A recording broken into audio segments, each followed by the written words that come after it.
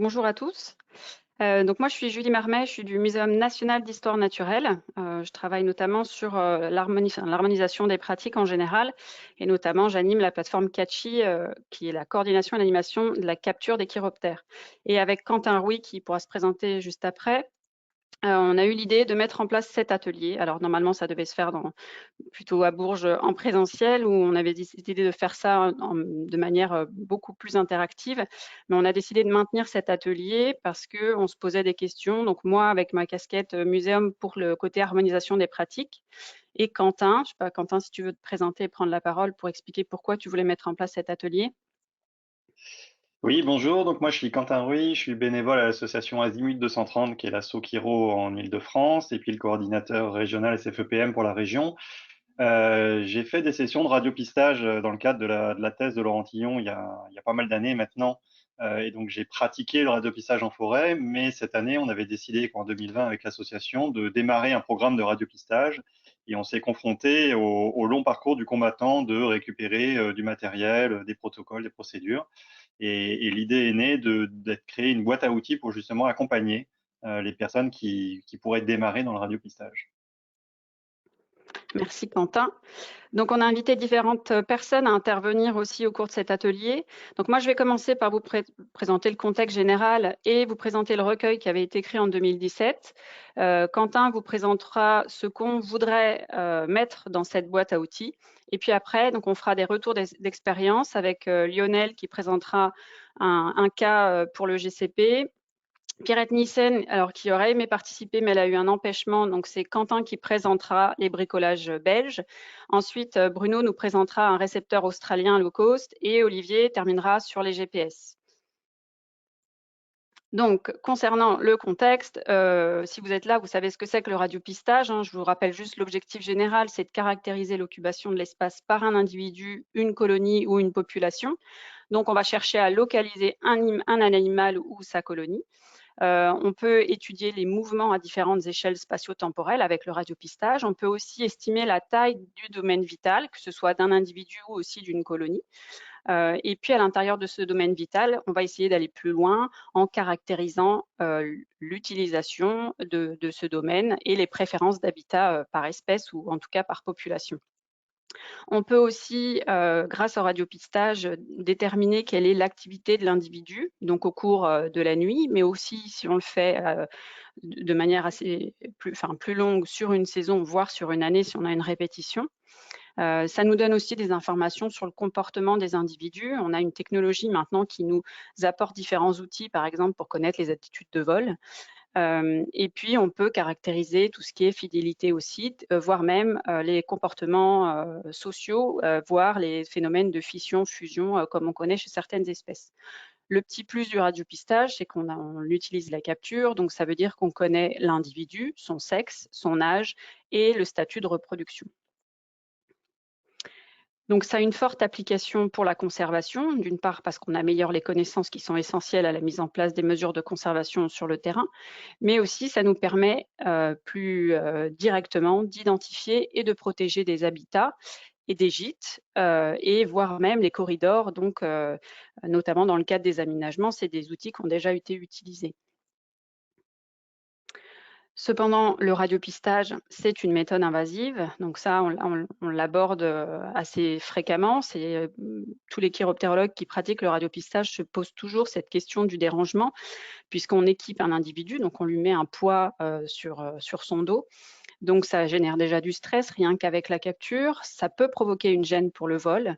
Ça crée du dérangement parce que forcément, voilà, on lui met un poids. Il peut y avoir aussi des cas de blessures parce que l'équipement a bougé ou l'équipement s'enlève qu'à moitié, etc. Donc, il y a des risques de blessures, voire de mortalité. C'est déjà arrivé. Ça peut modifier son comportement aussi pour ceux qui ont déjà l'habitude du radiopistage. On parle souvent de cette première nuit d'équipement. Est-ce qu'on la garde ou pas dans les analyses? Parce qu'on voit quand même que le comportement n'est pas typique. Et puis, il y a eu aussi des cas d'avortement de femelles gestantes qui ont été équipées et où ça a mal tourné. Donc, voilà, ça peut créer du dérangement aussi bien à l'échelle de l'individu que de la population. Donc ça, c'est des choses à prendre en compte dans nos pratiques.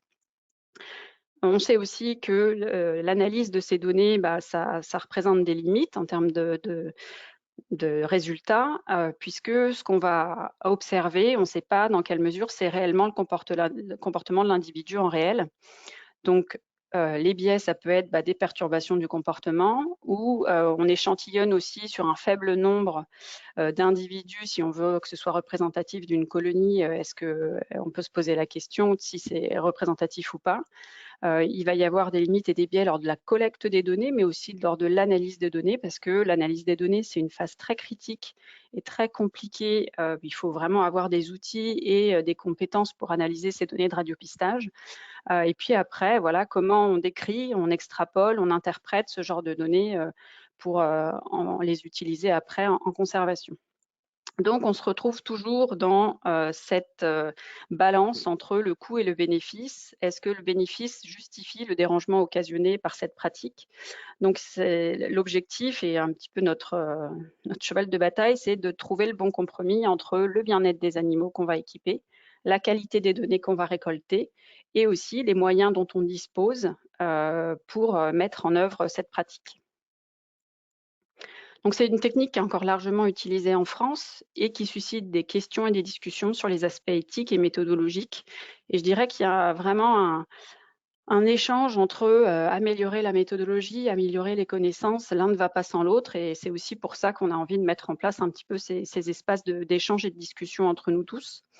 Donc on vous propose d'aller vers une déontologie pour le radiopistage et une harmonisation des pratiques.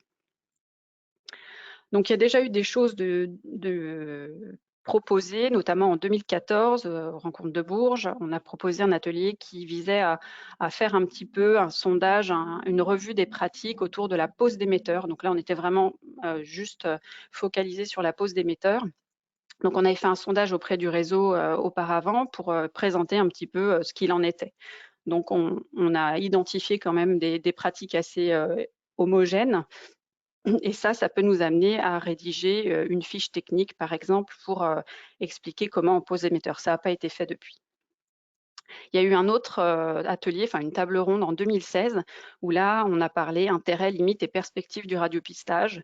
Et au préalable, on avait aussi fait un recensement de toutes les études, un recensement des études en France pour savoir où le radiopistage est mis en œuvre, quelles sont les espèces visées, quels individus, quels objectifs. On avait aussi pris du temps pour faire des retours d'expérience sur les biais du terrain jusqu'à l'analyse des données. Et à la fin de cette table ronde, on s'est dit qu'il y avait vraiment un besoin d'harmonisation, mais surtout d'une première synthèse pour savoir vers quoi on peut aller. Donc en 2016-2017, la coordination chiroptère nationale a répondu à une demande de la Fédération des conservatoires d'espaces naturels qui proposait de rédiger des recueils. Et donc la CCN a choisi le recueil radiopistage. Et c'est le groupe chiroptère de Provence qui a été chargé de rédiger ce fameux recueil radiopistage que je vais vous présenter juste après. Donc, l'objectif de ce recueil, c'était peut-être un peu ambitieux à la base, mais on ne savait pas trop ce qu'on allait avoir comme matière, mais c'était de dresser un inventaire des études, de toutes les études qui ont utilisé le radiopistage en France. Donc, on a déjà mis à jour une synthèse initiale qui avait été effectuée avec les rapports associés. Et donc, le GCP a mis en place un catalogue des études structurées. Donc, ça s'est fait aussi avec un groupe de travail à côté qui a aidé le GCP notamment pour décortiquer un peu toute cette matière. Donc, on a ajouté les nouvelles études et les rapports dans ce catalogue et on a organisé un outil de collection pour l'archivage des rapports. Dans un deuxième temps, on souhaitait constituer une base de connaissances à partir de ces études, donc d'aller chercher vraiment ce qui nous intéressait dans les rapports pour savoir de quelle matière on disposait. Donc, on a identifié les questions et les variables à collecter. On a créé une grille de lecture pour la collecte de ces métadonnées qui étaient présentes dans les rapports. Et ensuite, on a dépouillé les rapports avec l'aide du groupe de travail pour remplir cette grille. Et ensuite, on aurait aimé, mais ça, on ne l'a pas fait parce que c'était beaucoup trop ambitieux à la base, et puis qu'on s'est rendu compte aussi que la matière collectée, elle ne nous permettait pas de le faire. On aurait aimé analyser les métadonnées pour aller plus loin sur l'amélioration des connaissances par espèce. Et ensuite, dans un dernier temps, on voulait aussi établir des pistes de recherche. Donc, le catalogue, à partir du catalogue, à partir des études recensées, donc une étude, c'est en gros une espèce, une année et un site qui regroupe une ou plusieurs sessions de radiopistage. On a disposé, enfin, le catalogue est constitué de 847 études, dont 446 ont fait l'objet d'un rapport. Et en tout, c'était 163 rapports qui ont été fournis pour réaliser ce recueil. Donc, il y a 11 régions qui ont répondu à l'appel et dont un certain nombre à compléter. Donc, la première chose vraiment à signaler dans cette mission, dans cet exercice, c'était qu'un bon nombre de suivis par radiopistage qui ont été réalisés en France n'ont pas fait l'objet d'un rapport. Donc, c'est des études qui sont opportunistes, la plupart pour la localisation de gîtes. Et donc, ces données ne sont pas disponibles parce qu'elles ne sont pas archivées. Donc la première chose qu'on a pu mettre en évidence, c'était en gros les problématiques abordées, les objectifs de ces études mises en œuvre. Et on s'est aperçu que dans 591 études, c'était la recherche de gîtes pour la protection ou pour la caractérisation. Et puis pour 513 des études, c'était description et préférences d'habitat et rythme d'activité. Donc là, vous pouvez voir toutes les thématiques qui peuvent être abordées ou qui ont été abordées par le radiopistage. Si on regarde la répartition par région, ça c'est juste pour vous donner un petit indicateur, donc ça ne représente pas ce qui se passe en France puisque toutes les régions n'ont pas pu répondre et où c'est pas forcément complet. Donc voilà, donc là, celles pour lesquelles on avait le plus d'études, c'était la région Grand Est, ensuite Auvergne-Rhône-Alpes, Nouvelle-Aquitaine. Et puis je vous ai mis aussi juste la répartition temporelle, donc on a récupéré des études qui vont de 1997 à 2016 avec un pic en 2011. On s'est aperçu que déjà, rien que sur cette période de temps, on avait 1700 individus qui avaient été équipés, avec les Corses qui ont été très actifs avec cette technique de radiopistage, le PACA, Pays de la Loire, Grand Est, etc. Et on a regardé quelles étaient les espèces qui avaient été équipées. Et donc, on a quand même une belle représentativité de toutes les espèces, avec quelques-unes qu'on n'avait pas à cette époque-là. Avec le murin de Bechstein en premier lieu, le grand rhino, la noctule de Lessler, etc. À partir donc de cette matière, donc là je vous parlais des études telles qu'elles ont été référencées dans le catalogue, mais comme je vous disais, on a aussi utilisé des rapports qui nous ont permis d'aller un petit peu plus loin dans la collecte d'informations. Donc, on a listé les items à collecter, donc par exemple le nombre de nuits de suivi, les informations, est-ce qu'il y a des informations ou pas sur la technique de capture qui a été utilisée, est-ce qu'on connaît le nombre d'individus équipés en fonction des femelles, enfin du sexe ou de l'âge, est-ce qu'on a des informations sur le statut repro, les effectifs de la colonie d'origine, etc. Donc, on avait listé quand même un grand nombre d'items. Donc, on a pu dépouiller 115 rapports qui correspondent en fait à 294 études, soit 35% du nombre total d'études recensées et 66% du nombre d'études avec rapport. Ce qu'on peut mettre en évidence à partir de ces rapports, c'est que déjà, la plupart des études sont faites sur la période d'allaitement des individus. Ensuite, on a vu aussi que sur l'ensemble des 339 sessions, il y a 1161 individus qui ont été équipés et 1068 individus qui ont été suivis. Donc, il y a quand même pas mal d'individus pour lesquels il y a des problèmes techniques, donc pour lesquels on avait vraiment zéro information en disant que l'émetteur n'avait pas bipé une seule fois. On a eu aussi des informations sur l'âge et le sexe des individus suivis. Donc, on a l'information pour 997 individus. Donc, on voit que majoritairement, c'est des femelles adultes qui sont équipées et suivies. Pour certains, donc pour 28% des études, on a des informations sur la biométrie, en plus du radiopistage, donc le poids, l'avant-bras, etc., qui peuvent être des indicateurs très importants pour la mise en place du radiopistage, notamment pour avoir l'état d'un bon point de l'individu avant de l'équiper. On a aussi des informations sur la durée d'une session.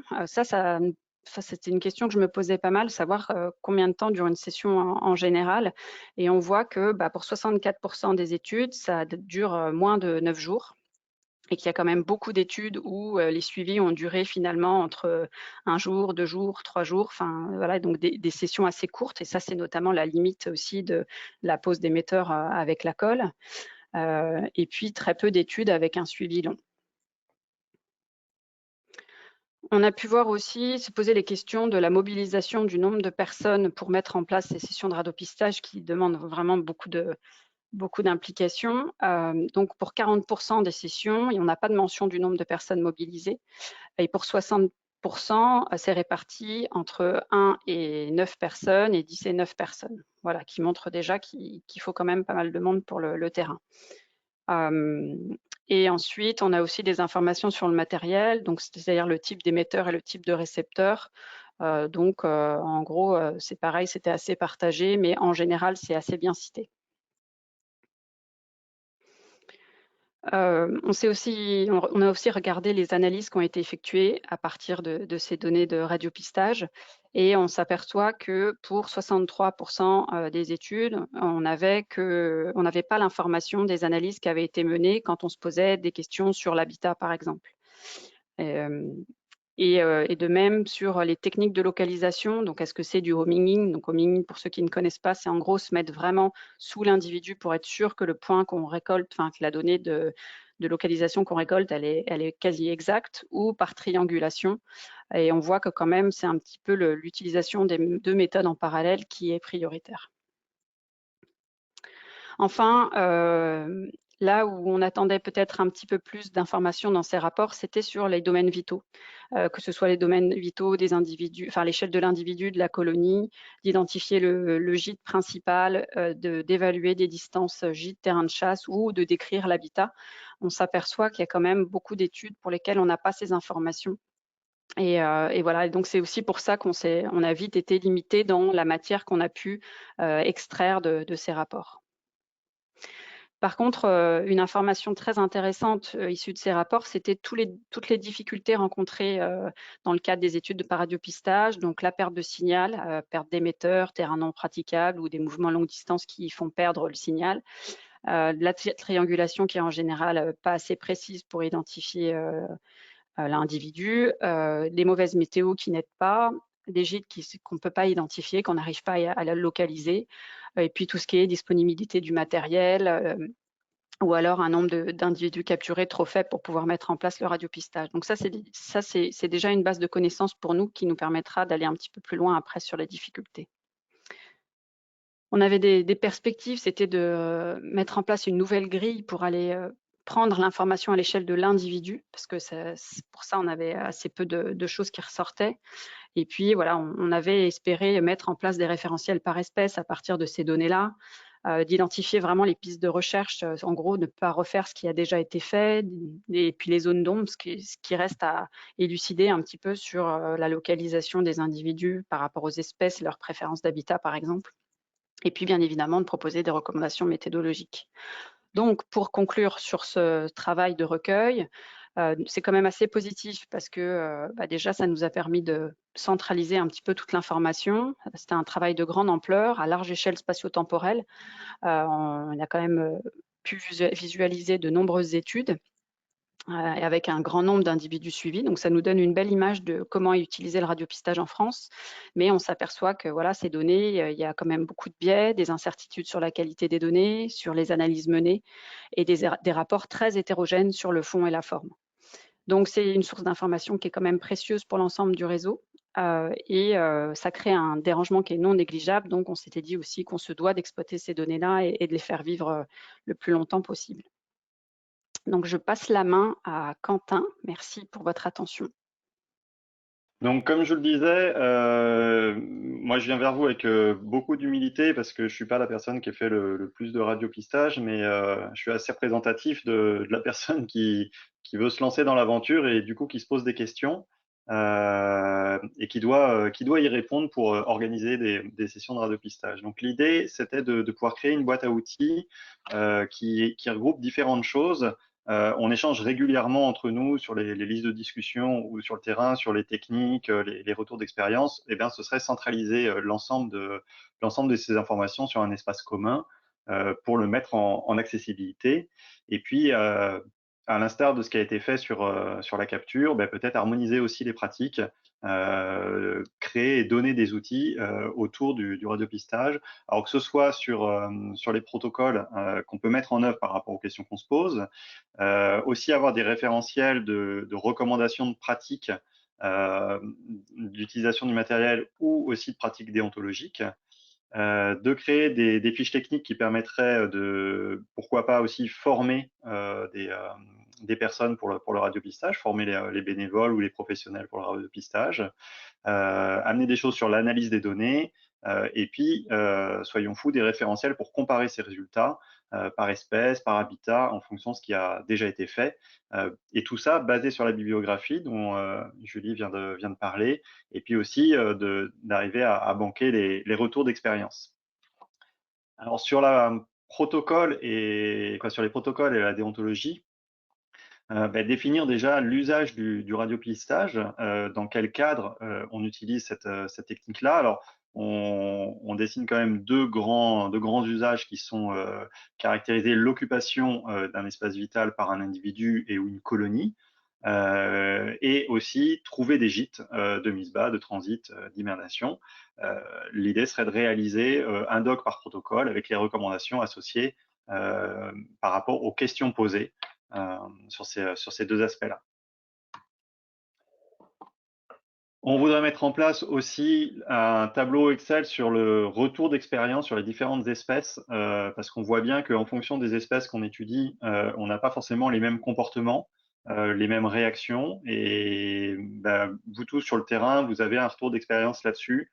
L'idée, c'est, alors, en fonction des deux types de protocoles dont j'ai parlé juste avant, ou même de manière générale, c'est de faire un retour d'expérience sur ce qui est vécu par rapport à telle ou telle espèce en termes de déplacement, d'utilisation de l'espace et de comment ça va influer sur la technique de radiopistage et les problèmes qu'on peut rencontrer.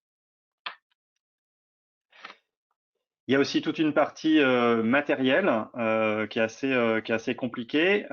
Finalement, il existe beaucoup de choses. Alors, on trouve de l'information en ligne, on trouve de l'information auprès du réseau. Il y a différents constructeurs dans différents pays. Moi, j'ai commencé à centraliser pas mal d'informations. Encore une fois, l'idée, ce serait de mettre cette information à disposition. Alors, il y a tout le matériel dont on peut s'équiper en l'achetant. Je dirais, qui est déjà disponible sur le marché. Et puis on le verra dans la deuxième présentation que je ferai à la place de Pierrette tout à l'heure, qu'il est aussi possible de bricoler. Il faut un peu avoir l'âme d'un bricoleur quand on fait du radiopistage, vous le verrez. Et puis de partager entre nous une veille technologique. Aujourd'hui, on travaille tous avec des systèmes VHF. Il y a une boîte française qui est citée ici, Xerius, qui se lance dans l'aventure, alors qui fait déjà des systèmes de radio tracking, mais avec des émetteurs plus gros. Donc, il travaille déjà sur les oiseaux, sur des mammifères plus importants que les chauves-souris, mais il lance des choses sur de l'UHF qui sont pas inintéressantes, et il devrait sortir un émetteur de faible poids pour les chauves-souris d'ici 2022. Ils veulent le sortir en 2021, mais le Covid a eu un peu un impact sur leur R&D, et du coup, ce sera pour l'année prochaine. De ça, on ferait un référentiel et des recommandations, alors que ce soit sur les récepteurs, que ce soit sur les antennes, sur les émetteurs, en fonction des protocoles que vous utilisez, des questions que vous vous posez. C'est un peu un retour d'expérience entre nous. Ça peut être aussi sur le petit matériel. Alors, il y a un matériel intéressant dans la radiopistage, c'est la colle qu'on utilise pour installer donc l'émetteur. Vous voyez, un émetteur de radiopistage, et voilà, c'est une petite bête comme ça, avec une longue antenne. Et puis, on va utiliser de la colle chirurgicale pour le coller sur le dos. Alors, quand vous démarrez l'idée d'avoir un programme de radiopistage, il faut vous procurer de la colle. Il faut déjà savoir quelle colle utiliser. Donc, vous vous renseignez auprès du réseau. Quand on n'a pas commandé depuis 2 ans, ils ne savent pas trop. Vous n'avez pas la possibilité de faire le tour de tout le monde. Vous vivez des grands moments de bonheur dans votre pharmacie préférée à demander s'ils n'auraient pas de la colle pour des étuis péniens, pour des problèmes de fuite urinaire. Voilà. Vous finissez par trouver que ça se vend au Canada, mais pas pour des Français. Donc, c'est bien, vous avez des amies américaines dans l'État de New York qui vous la commandent en ligne, et du coup, qui vous la postent depuis Syracuse un 15 mars 2020. Bon, il y a une pandémie mondiale dessus. Le colis arrive le 15 juin. Heureusement, le Covid avait annulé toutes nos sessions de radiopistage. Mais voilà, ça fait partie de ce petit parcours du combattant pour arriver à organiser tout ça. L'idée, voilà, ce serait de donner des conseils, des adresses, des contacts pour faciliter ces démarches-là au niveau du matériel. Dans cette boîte à outils, on aimerait aussi mettre un retour d'expérience sur les mauvaises expériences qu'on a pu vivre les uns et les autres sur le terrain, alors que ce soit des mauvaises expériences au niveau du matériel, mais aussi au niveau des animaux, des problèmes de mortalité, des problèmes d'accidents, que ce soit aussi au niveau des personnes, apprendre de nos erreurs et donner les recommandations à ceux qui vont faire des programmes dans le futur. Des recommandations pour la collecte de données. Comme pour la capture, proposer une fiche de saisie et une nomenclature commune à l'ensemble des programmes, où on identifierait les données systématiques à récolter sur le terrain et les données additionnelles qu'on peut prendre ou en fonction de certains protocoles. Orienter sur les choix à faire sur le HI versus la triangulation. Julie en a parlé. Alors, en fonction des espèces, du type d'habitat ou de ce qu'on cherche à faire, eh ben, on n'utilise pas forcément les mêmes pratiques. Souvent, on cumule les deux, mais laquelle est la bonne dans telle et telle situation. Permettre aussi d'identifier les seuils. Quand on fait une étude sur le domaine vital d'une espèce, et ben à partir de combien de nombre de localisations, ça sert plus à rien de continuer de faire des nuits qui mobilisent beaucoup de bénévoles parce qu'on ne va pas élargir le domaine vital, on a le nombre d'informations. Donc, grâce aux études qu'on a et le retour d'expérience, on devrait pouvoir sortir ce genre d'informations. Ça donnerait lieu à un cahier technique pour la préparation et la mise en œuvre sur le terrain, alors que ce soit pour la pose d'émetteurs, que pour le suivi. On va le voir tout à l'heure dans une présentation que le GCP a avancé. Non, on va pas le voir, je crois que on ne le verra pas là, mais le GCP a déjà rédigé des fiches techniques pour la gestion des bénévoles, du matériel, la transmission des informations. Donc ça, c'est quelque chose qui serait disponible dans la boîte à outils. Qui permettrait aux organisateurs de pouvoir s'appuyer dessus. Donc le GCP, ils ont réalisé des fiches techniques sur la télémétrie de jour pour la recherche de gîtes, sur la télémétrie de nuit quand on suit l'animal, avec des exemples de mails à transmettre, des procédures qui permettent en fait de préparer l'organisation d'une session de radiopistage. Et au lieu que tout le monde réinvente l'eau chaude à chaque fois, ces documents-là, ils existent. Alors on peut les améliorer, on peut les adapter, mais on a déjà une bonne base. Pareil pour l'outil d'analyse des données, donner les outils qui sont utilisables, qui sont utilisés, la liste des biais à prendre en compte, des scripts clés en main pour l'analyse des données. On l'a vu hier sur les données ultrasonores. Et ben, on pourrait avoir des scripts aussi clés en main un peu pour l'analyse du radiopistage. Et puis des recommandations pour la rédaction des rapports.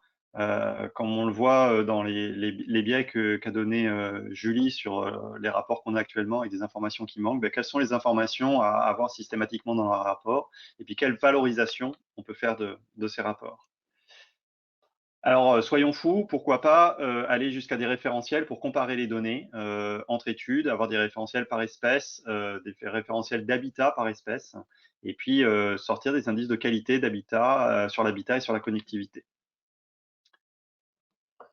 L'idée de cette courte présentation qui montre juste de bonnes intentions de créer ça, c'est aussi de savoir si parmi vous, il y a des gens qui souhaitent participer, qui ont des idées, qui ont des retours d'expérience à faire. Surtout, ne pas hésiter, si vous ne l'avez pas déjà fait dans le passé, à revenir vers nous et à partager avec vous ce que vous avez.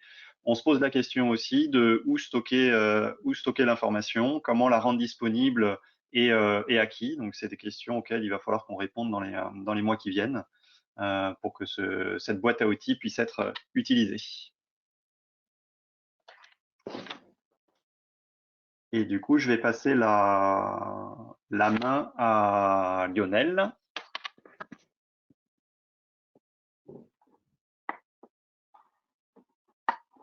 Pour la dernière présentation de ce premier round. Hop, voilà. Donc bonjour à tous. Est-ce que c'est bon pour le micro et puis le partage d'écran? Ouais, oui. Très bien. Bon. Donc, moi, je suis Lionel Bruat. Je fais une présentation pour le groupe Chiroptère de Provence. Et donc, cette présentation, elle porte sur un retour d'expérience qu'on a fait récemment auprès du muséum et qui est voué être communiqué évidemment à l'ensemble du réseau. Donc ce retour d'expérience, il concerne un cas de mortalité qu'on a eu malheureusement l'année dernière. Et je vais vous présenter donc rapidement l'étude qu'on a menée, en fait, les critères de sélection des émetteurs qu'on a eu, le cas de mortalité en lui-même et les questionnements que ça nous pose. Donc, attendez, faut que je passe la diapo. Voilà. Donc en 2020, donc l'année dernière, le GCP donc devait réaliser donc une télémétrie dans le massif des morts sur le Murin de Bechstein. Donc l'objectif, c'est de trouver là où les colonies de l'espèce et d'identifier les habitats de chasse des femelles allaitantes. Donc, savoir juste qu'en Méditerranée, le Murin de Bechstein est très rare et qu'il est très mal connu, très peu étudié, et on connaît aussi très mal sa répartition. Donc, cette étude, on l'a lancée comme à l'accoutumée, quoi, avec une organisation classique, comme ce qu'on fait habituellement en interne au GCP. Et pour ce qui est du choix des émetteurs et de la colle, on a procédé toujours de manière habituelle, quoi. Donc, ce choix des émetteurs et de la colle, on l'a fait en se basant sur les connaissances, on va dire, qu'on pioche dans la bibliographie, évidemment le seuil des 5% et compagnie. Sur les documents du muséum, donc les retours d'expérience du muséum, il y a Julie qui m'avait transmis notamment, c'est en 2018, je crois, un document sur l'école à utiliser en télémétrie, sur les divers retours d'expérience qu'il y avait eu par rapport à ça. Le choix du matériel, on l'a fait aussi en se basant sur l'expérience du GCP. C'était la 4e télémétrie réalisée sur le Murin de Bechstein par l'ASSO en PACA. Et on l'a fait aussi en se basant sur les caractéristiques du terrain auquel on était confronté et sur l'écologie de l'espèce. Donc juste pour présenter rapidement les critères qui nous ont poussé à sélectionner le matériel. En 2019, donc l'année d'avant, on avait déjà réalisé une autre télémétrie sur le Murin de Bechstein dans le massif de l'Estérel. Donc la configuration, on va dire, topographique était similaire. Et c'était la même espèce, évidemment. Donc, on avait équipé 12 bêtes. Sur les 12 bêtes, on en avait suivi 9 correctement. On a fait quasiment 500 localisations après nettoyage du jet de données. Donc, c'est une télémétrie qui était plutôt réussie. On voit les localisations pour les différents individus. Et puis, on avait constaté, donc, comme c'est le cas en fait en PACA à chaque fois, que les espèces, donc les individus, pardon, partaient loin. Ils partaient jusqu'à 5 bornes du gîte. On a des maximaux jusqu'à 6,5 km en fait sur une autre colonie sur la Sainte-Bonne. Donc ça conditionne un petit peu les caractéristiques des émetteurs qu'on va acheter.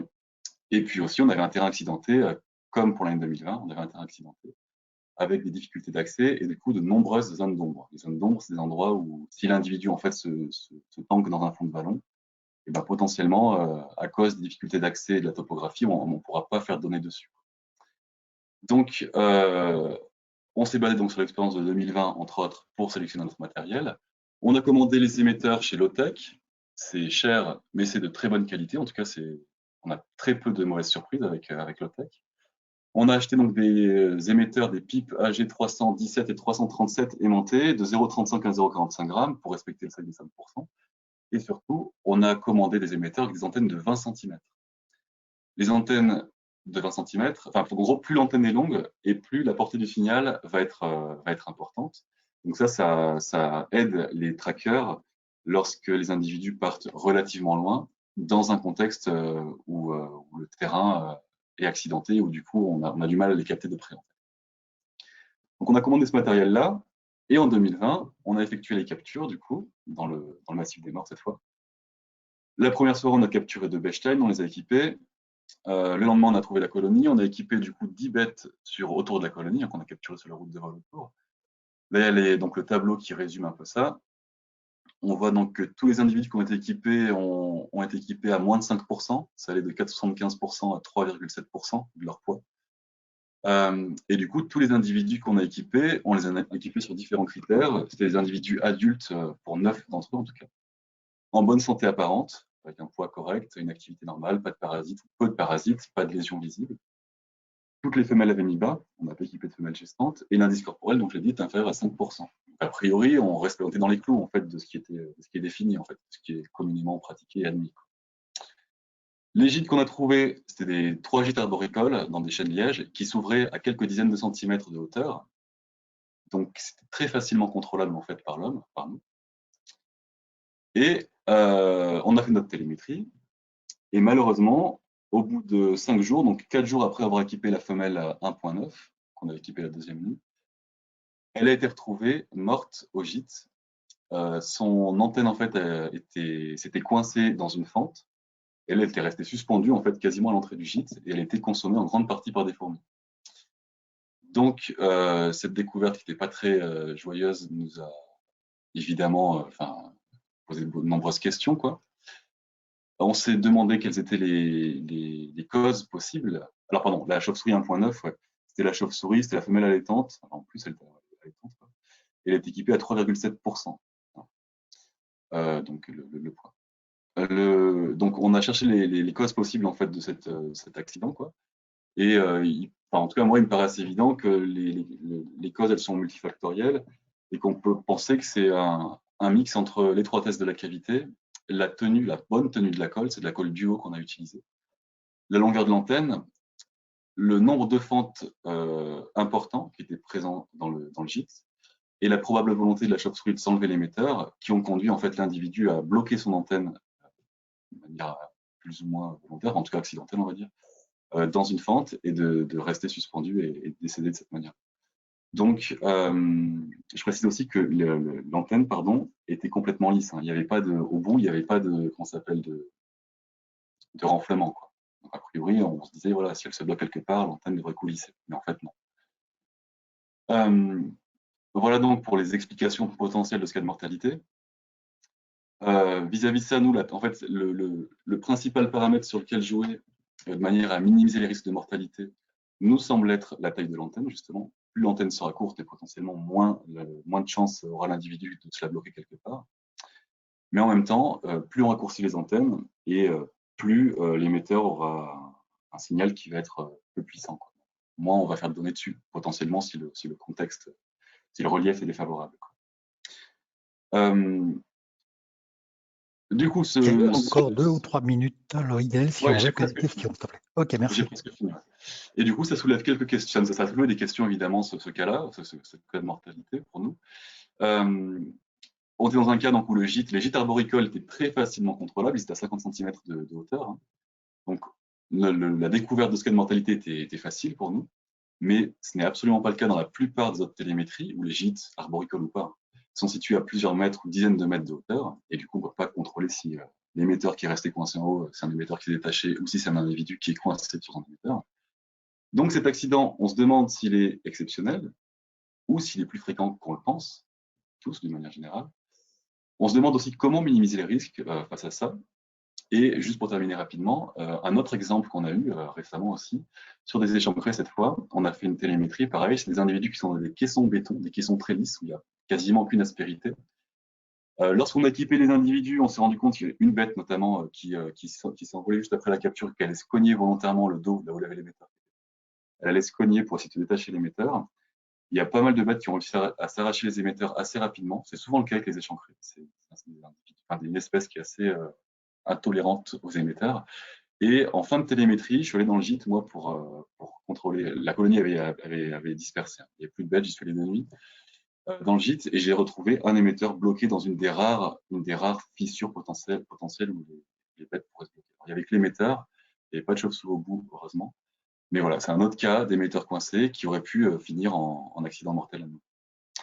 Voilà, donc zut, là, j'ai fait ça. Et du coup, en conclusion, en tout cas c'est notre conclusion en interne ici, c'est qu'il est quand même peu évident en télémétrie d'estimer en fait le risque de mortalité qu'on fait courir aux individus. C'est du cas par cas, je pense à chaque fois, mais c'est difficile d'estimer le risque au cas par cas qu'on fait courir aux individus en les équipant. Et il est aussi très difficile de trouver un équilibre entre la minimisation du risque de mortalité, enfin comment dire, entre la minimisation du risque de mortalité et les conséquences d'un dérangement en gîte en cours de télémétrie pour aller contrôler qu'aucune chauve-souris n'est prise au piège en cas d'individu, par exemple, qui ne sortirait pas de nuit. Voilà donc pour le retour d'expérience rapide. Ok, super, merci à vous trois. Donc, une série de petites questions. La première, elle est relativement simple, elle est posée par Loïc Salin. Elle s'adresse, je pense, à Julie Marmet.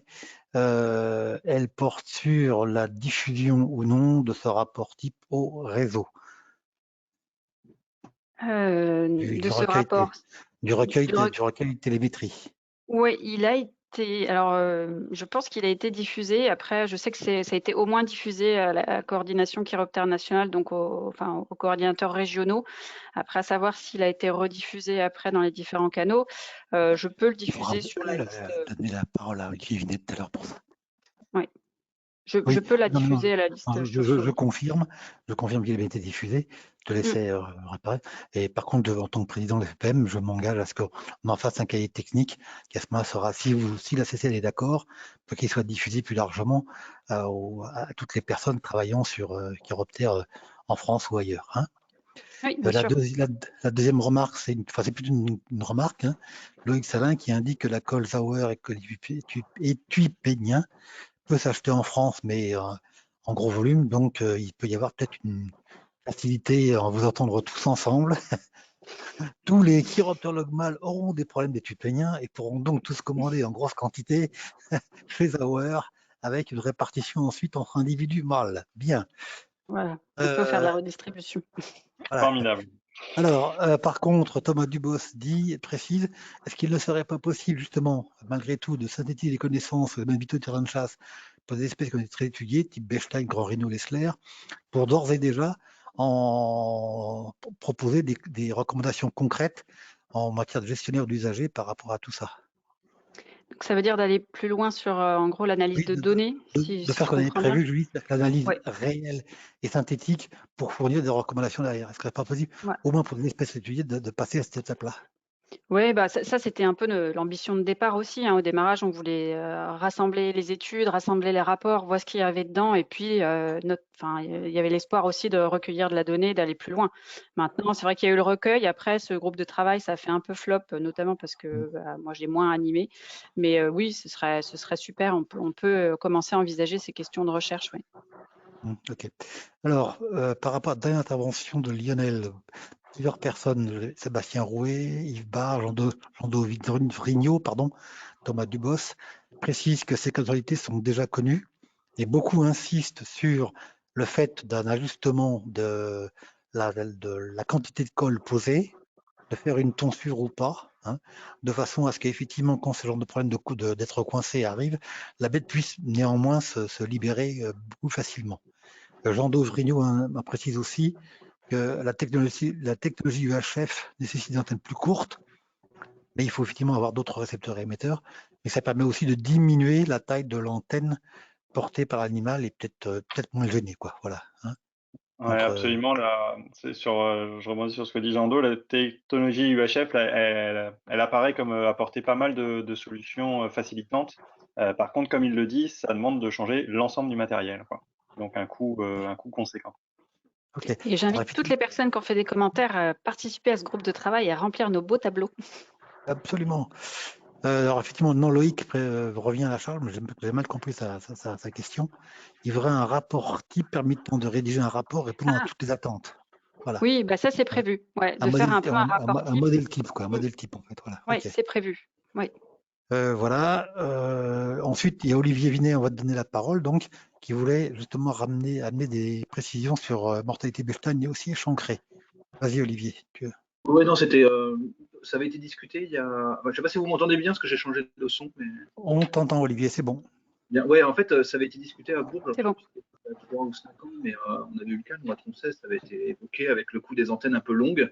On avait eu dans une cavité des Bechstein qui s'étaient emmêlés, en fait, les antennes les unes dans les autres. On a retrouvé une boule de. Alors, il n'y en avait pas eu, il n'y en avait pas 15, mais déjà plus de. C'était 3 ou 4, c'était déjà beaucoup trop et qui étaient morts, en fait, les uns agrippés aux autres par les antennes qui s'étaient emmêlées, en fait. Et par la suite, on avait. Voilà. Alors, ça, c'est une antenne low-tech que tu présentes, Quentin. Parce que du coup, ouais, je crois que les antennes, à l'époque, c'était holoïde, les antennes étaient plus épaisses. Et, oui, attends une seconde. Quentin, tu peux expliquer ce que tu montres parce que là, je crois que personne ne comprend trop là. Je précise, ouais, c'est donc sous mon doigt là, c'est l'émetteur, et donc on voit l'antenne qui part, le petit fil noir qui bouge là, et donc c'est effectivement un émetteur low-tech anglais, quoi. Voilà. en Ok, fait, merci. Effectivement, pour confirmer, c'est ce que je voulais dire. Avec Holoid, on avait un peu de mal à discuter et à avoir des spécifications. Avec Lotex, alors effectivement, c'est plus cher, mais on arrive à discuter avec eux. Ils sont capables de faire des antennes plus souples, plus épaisses, plus, voilà, plus courtes, plus longues. Et effectivement, maintenant, on n'a plus rencontré ce problème depuis qu'on équipe les Bechstein avec du Lotec à Troncet. Par rapport à l'antenne, ce que je voulais dire sur les échancrées, c'est une bête, il faut voir avec l'écologie. C'est une bête qui va chasser et qui va gratter des araignées en plein milieu des toiles d'araignée. Je me rappelle que le GCP, à une époque, avait eu une petite surprise de récupérer une boule de toile d'araignée avec au milieu un échancré. C'était il y a déjà une dizaine d'années. Et en fait, la bête, elle chasse, elle chasse, elle chasse, elle va dans les toiles d'araignée et elle se retrouve avec au bout de son antenne, finalement, à force, une accumulation de toiles d'araignée. Après, c'était des antennes vrillées. Ça peut être. C'était des antennes vrillées. C'est pour ça que je pense que Lionel a bien précisé, maintenant ils utilisent des antennes lisses. Oui, tout à fait. Ouais, c'est ça. Et alors un truc que tu n'as pas dit non plus, Quentin, c'est qu'il y a une petite boîte française, DEA, avec laquelle le GCLR a fait des commandes l'an dernier, on en refait cette année. C'est pas loin de Xerius, hein, c'est dans le sud-ouest, et ils font des émetteurs. Alors pour info, c'est des émetteurs à 60 balles sur les gammes de fréquences qu'on a actuellement, et on discute beaucoup avec lui. Je sais que Raphaël Colombo est en contact avec lui, il va essayer de développer des choses aussi. Alors bon, c'est une autre alternative française qui peut être pratique par rapport aussi au Brexit qu'on a cette année, parce que l'OPEC c'est bien gentil, mais cette année ça va être le premier test. Est-ce que les émetteurs vont arriver à temps? Je ne l'ai pas dit parce que je ne savais pas et du coup je suis preneur de l'info, les contacts pour les appeler et faire rédiger une petite fiche sur eux là. Ouais, en fait c'est vrai quand on s'était vu et qu'on avait discuté, on avait parlé de Xerius et depuis j'ai eu des et j'ai eu pas mal d'infos, donc on aura l'occasion de mettre une petite fiche et il y a beaucoup d'infos, ils sont intéressants. Ok. Je propose que des petites références pratiques, là, vous mettez sur une fiche et qu'on pourra diffuser via le réseau CCN ou bien sur le site web de la SFEPM. Précision, donc Emmanuel Cosson indique les deux liens qui sont vers le dossier, effectivement, aménage recueil technique radio tracking, qui avait été commandé dans le cadre du PNA.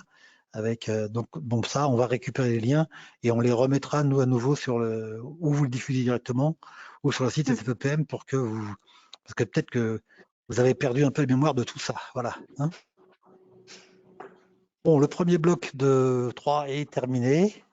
Donc, si vous voulez enchaîner sur le second, merci déjà pour tous ceux qui sont déjà intervenus et bon courage à ceux qui vont recommencer. Voilà.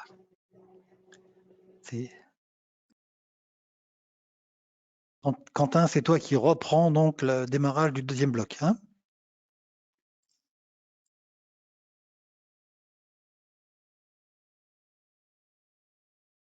Oui, apparemment, c'est moi qui reprends le démarrage du deuxième bloc. Alors, je le reprends à la place. C'est bon, vous avez l'image et le son?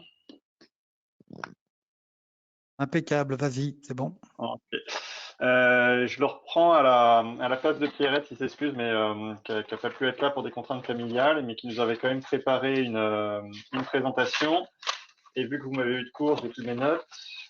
Hop, donc, comme je vous disais tout à l'heure, on peut acheter du matériel, mais on peut aussi en bricoler. Et c'est ce que font les Belges. Ils bricolent beaucoup, ce qui a l'avantage d'adapter du matériel et de réduire les coûts. Donc, dans cette présentation, on voit quelques réalisations qu'ils ont pu faire. Alors en radiopistage, je reviens sur une base, on utilise assez régulièrement des antennes dites Yagi, qui sont des antennes à plusieurs brins. Et plus on va être en visibilité de l'animal sans relief, mieux on va capter avec ces antennes-là.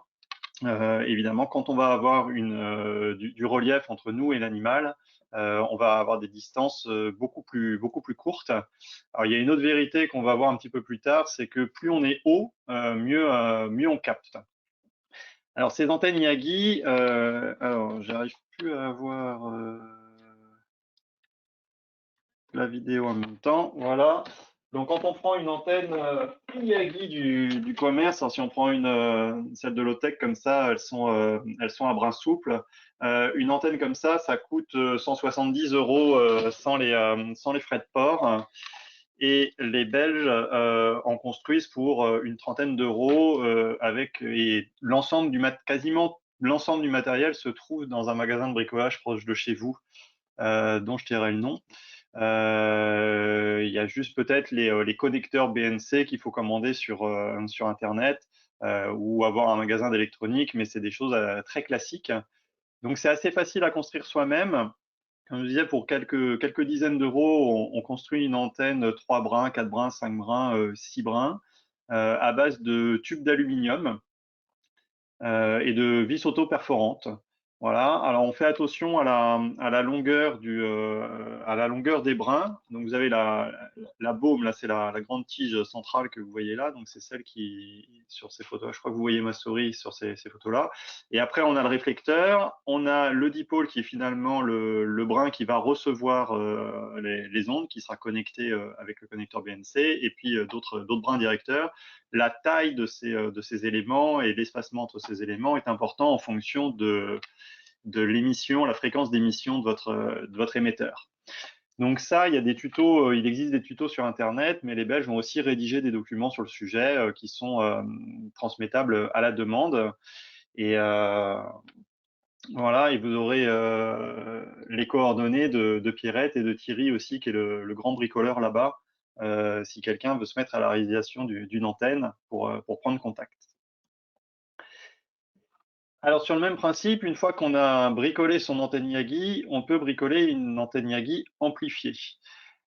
Donc le récepteur va capter la réception de l'émetteur, hein, qui est sur une fréquence donnée, on va dire à 150 MHz à peu près, et on va pouvoir régler le gain sur les récepteurs pour plus ou moins bien capter la réception du signal. Pourquoi? Parce que quand on est très proche de je vais plutôt partir dans le sens, quand on est très loin de l'animal, on va mettre le gain au maximum, c'est-à-dire qu'en gros, on va ouvrir à fond la réception et on va essayer de capter le plus possible pour essayer de récupérer le signal. Et plus on se rapproche de l'animal, plus on va réduire le gain pour pouvoir être plus directionnel avec notre antenne et savoir exactement dans quelle direction ou dans quel arbre gîte. Quand on est vraiment au pied de l'arbre gîte, on va vraiment réduire le gain au minimum. Mais l'avantage de mettre un amplificateur sur une antenne, c'est qu'on va pouvoir augmenter encore plus ce gain et donc capter des animaux beaucoup plus loin que sans amplificateur. Et les Belges aujourd'hui travaillent quasiment que avec des antennes amplifiées. Donc ils réalisent des amplificateurs sur antenne, ça revient à une centaine d'euros. La carte que vous voyez à gauche, là, c'est une carte standard qui s'achète sur Internet et qui vaut une vingtaine d'euros, je crois, qui est faite sur série et qui a l'avantage d'avoir la possibilité de régler le gain. Donc, il fabrique un petit boîtier avec un bouton pour régler le gain. Et il y a aussi une fonctionnalité on-off pour pouvoir activer ou non l'amplificateur. Et on y rajoute un filtre pour éviter justement de capter trop de bruit parasite. Alors c'est des fils qu'il faut commander, ils sont faits sur mesure parce qu'il faut qu'ils soient dans votre gamme de fréquences. Vous voyez là, ce qui est présenté, c'est un fil pour 152 MHz. Moi par exemple, l'émetteur que je vous présentais tout à l'heure, il est réglé à 148 MHz. Donc il me faudrait un filtre en dessous de celui-là pour éviter tous les bruits parasites, parce que quand on augmente le gain, évidemment, on va récupérer encore plus de réception. Cet amplificateur, il faut qu'il soit mis dans une boîte métallique obligatoirement. Alors Pierrette ne savait pas trop pourquoi, on en a déduit que c'était justement pour éviter sûrement des parasites de l'autre côté. Donc ils l'intègrent dans un boîtier comme ça où ils mettent des boutons extérieurs, ce qui permet de régler le gain. Et je pense qu'on peut mettre soit l'amplificateur au niveau de l'antenne quand on a fait une antenne à main et qu'on est comme ça, mais on peut aussi déporter cet amplificateur au pied d'un Mac en antenne et en haut. Alors, un des inconvénients de ces amplificateurs, c'est que, ou une contrainte en tout cas, c'est qu'ils ont besoin d'être alimentés électriquement.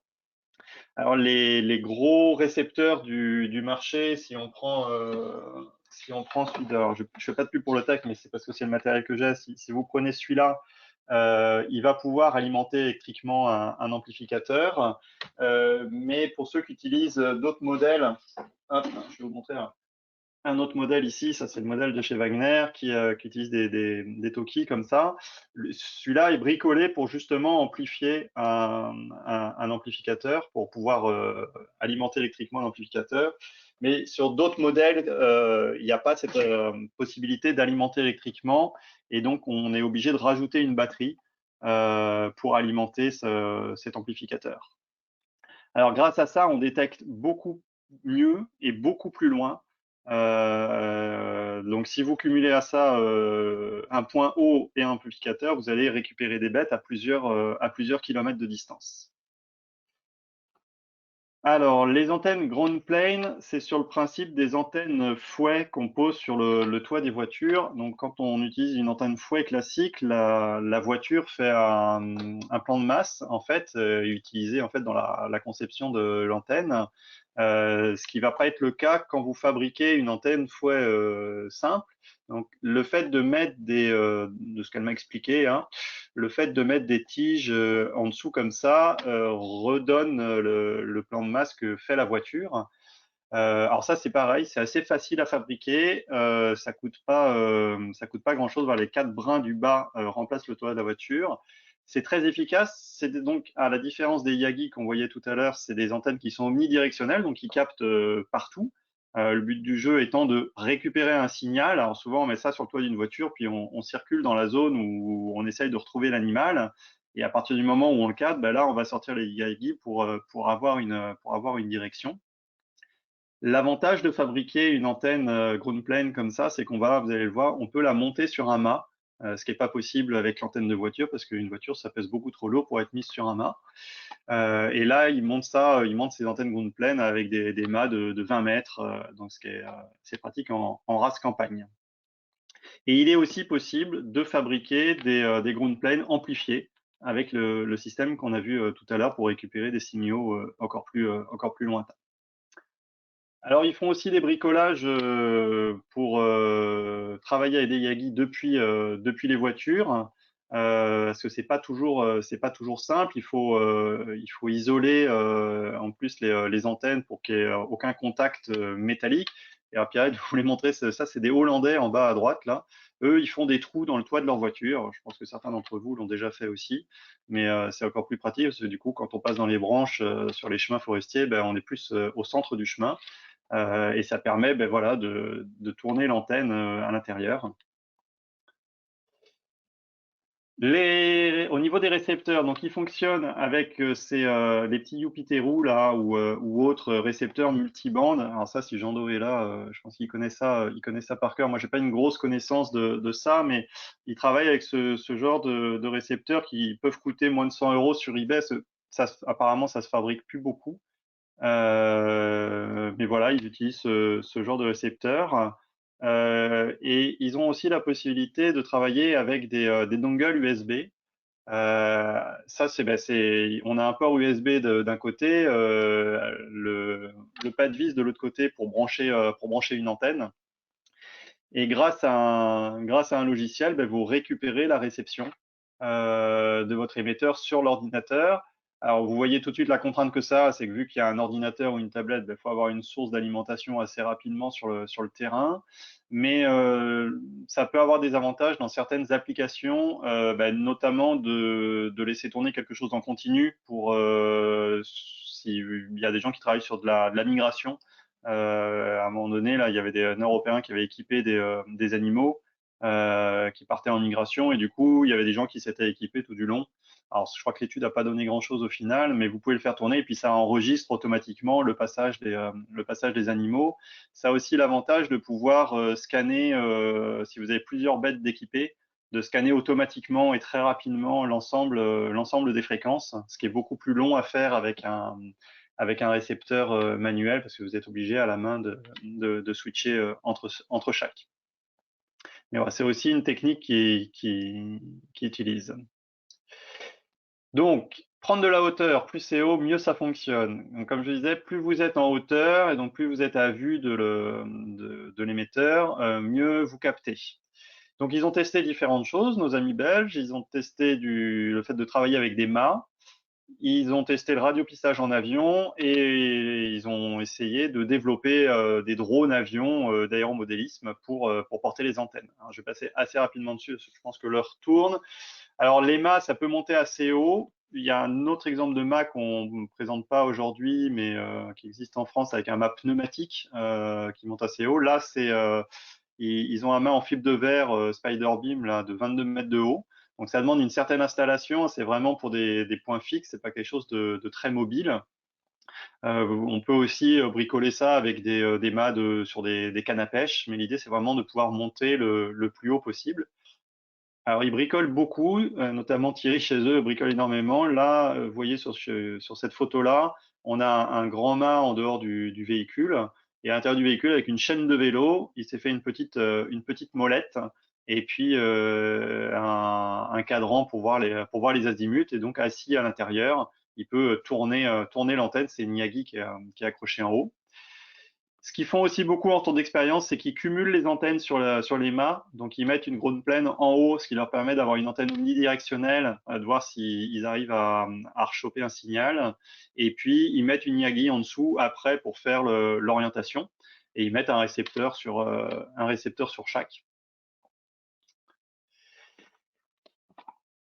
Ils ont testé aussi la télémétrie en avion. Alors ça marche. Ils ont un très bon retour d'expérience là-dessus. Apparemment, c'est assez simple en Belgique. Ils se pointent dans les aérodromes. Ils font copain avec un pilote.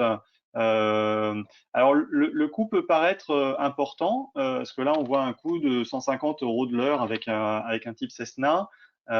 J'expliquerai pas pourquoi, mais apparemment le Cessna marche mieux que l'ULM au final, notamment parce qu'il est un peu plus haut et il couvre une plus large bande.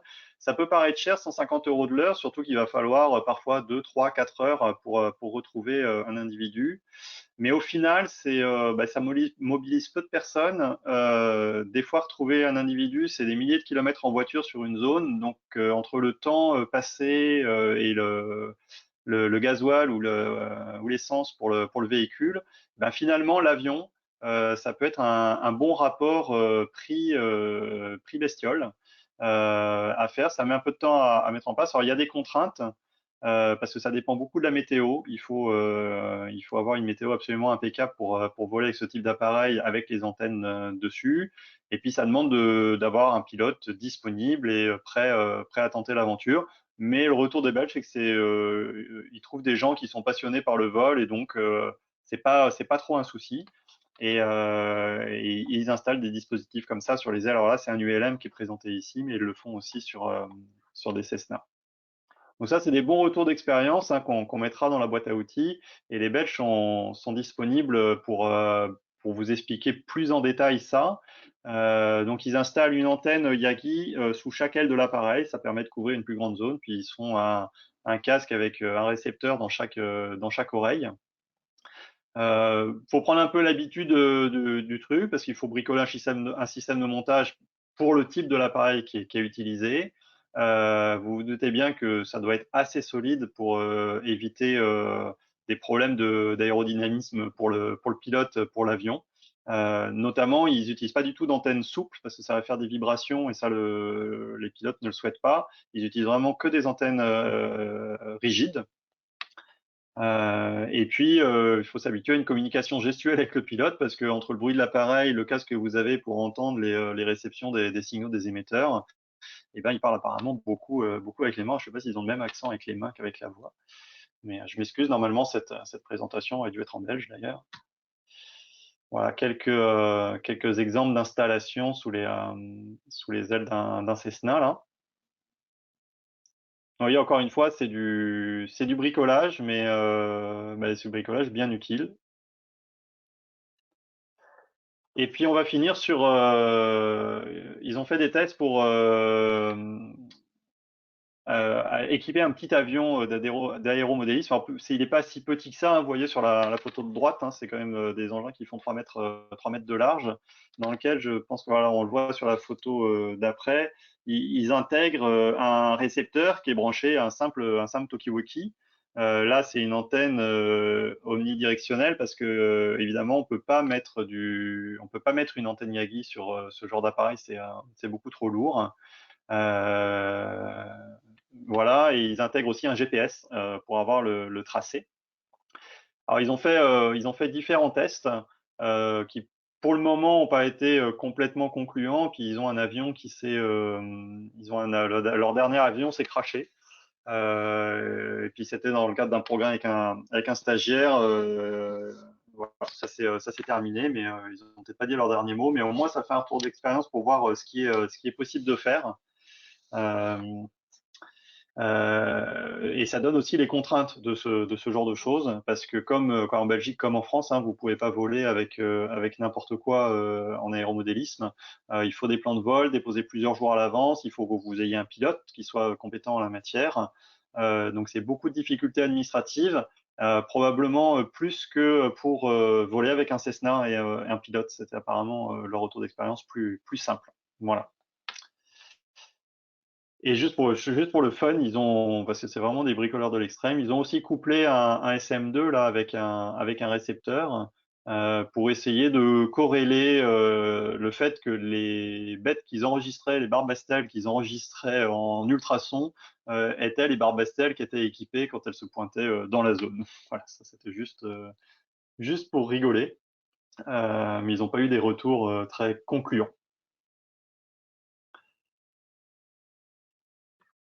Pour finir, oui, pardon. Ouais, juste pour finir, Pierrette souhaitait insister sur le fait que le matériel, ça s'entretient aussi, et notamment le matériel qui bricole eux-mêmes, parce qu'ils ont eu pas mal de problèmes, notamment avec des bénévoles qui faisaient tomber des choses qu'ils n'avaient pas forcément dit que c'était tombé ou quoi que ce soit, donc des problèmes de corrosion, des problèmes de soudure qui lâchent, et on peut vite perdre du temps sur le terrain avec une antenne qui est plus fonctionnelle. Donc il y a possibilité de tester les antennes. Et le conseil de Pierrette, hein, c'est de se mettre de mèche avec un club de radio amateur. Il y en a un peu partout. C'est souvent des gens passionnés et qui sont prêts à aider. Et ça fait un beau duo chiroptérologue et radio amateur pour travailler sur ce genre de sujet. Voilà. Ok, merci Quentin. Je ne sais pas qui prend la suite après. Oui, ok. Je rebondis sur ce que tu viens de montrer, Quentin. Moi, il y a un truc, c'est que, bon, par expérience, hein, que j'en ai fait quand même pas mal de tracking, y compris construit, c'est au niveau de l'antenne, le connecteur qu'on achète et qu'on installe, qu'il ait une garde le truc qu'on visse là sur ait une garde la plus haute possible, parce qu'un des points faibles, c'est justement la connexion du coax sur le connecteur et quand on bouge trop le câble. Ça a été vraiment une de mes galères principales quand j'en faisais. Hein. Voilà. Donc, il y a maintenant, c'est Bruno Discours qui prend la suite. Oui, donc bonjour à tous. Vous m'entendez? Excuse-moi, Bruno, oui, précision pour tout le monde. Donc, Bruno, on voit ton écran, il y a le son. Par contre, vous n'aurez pas le plaisir de voir la bonne bouille de Bruno. Voilà. Voilà, je suis désolé, j'ai pas de webcam sur mon PC. Enfin, elle est désinstallée depuis des lustres et je voulais pas le faire en catastrophe là. Il y a une demi-heure, quoi. Non, pas de Voilà. problème. Vas-y, Bruno, merci. Donc moi, je suis bien content de passer derrière Quentin puisqu'il a introduit pas mal de notions auxquelles je voulais parler. Bon, sans trop vous embrouiller non plus. C'est pas toujours simple de parler d'atténuation de décibels dans ce genre de colloque et c'est pas forcément intéressant pour tout le monde. Bon, sachez que je suis radioamateur également et électronicien de formation et bénévole à la SPEPESC Lorraine. Donc forcément, dès que j'ai mis le doigt dans l'assaut, pour le matériel en tout cas, j'ai été pas mal sollicité. D'où mon intérêt pour le radio-tracking.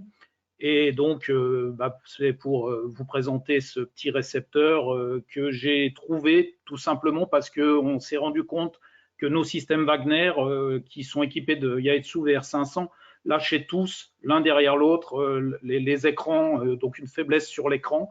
Donc, ils prennent l'humidité, ils prennent des chocs aussi en radio-tracking. Et donc, tous nos VR500 étaient en train de nous lâcher. Et le coût d'un VR500 chez Wagner, c'est en gros 600 €. Enfin, ou d'un autre appareil équivalent, c'est 600 €, sachant que, comme l'a dit Quentin, la particularité du système Wagner, c'est qu'il alimente son ampli d'Ominging via le câble antenne, ce qui fait qu'on ne peut pas acheter un VR500 sur eBay ou ailleurs. Il ne fonctionnerait pas puisqu'il n'y a pas l'alimentation qui sort sur la BNC. Voilà. Donc ça, c'était pour introduire. Donc je vais lancer mon PPS. Voilà. Donc, je suis allé un peu vite, j'ai cliqué 2 fois, excusez-moi. Voilà, donc j'ai trouvé, j'ai cherché un récepteur pas cher, enfin je cherchais un récepteur. Donc pour remplacer nos VR500, le problème c'est que le Jupiteru dont a parlé Quentin, utilisé en Belgique, est introuvable, même d'occasion sur eBay ou ailleurs. Et donc, je me suis mis à chercher des kits. Étant électronicien, je me suis dit que j'étais capable de monter un récepteur à condition qu'il soit en kit, on va dire. Et donc, j'ai commencé à chercher des kits et j'ai rien trouvé qui fonctionnait donc avec nos tags, puisque les récepteurs, ils doivent être BLU. Donc, je ne vais pas rentrer dans les détails. Sachez qu'un récepteur FM fonctionne très mal. Il va fonctionner sur nos tags à quelques centaines de mètres, voire à 1 ou 2 kilomètres. Mais voilà, on n'atteindra pas des distances correctes pour le radio tracking. Donc, il fallait que je trouve quelque chose de correct. Et puis, par hasard, un jour, je suis tombé sur le site de Brian, donc VK3YNG. VK3YNG, c'est son indicatif radio-amateur. C'est avant tout un radio-amateur qui est passionné de chasse au renard, on va dire. Alors, la chasse au renard, qu'est-ce que c'est?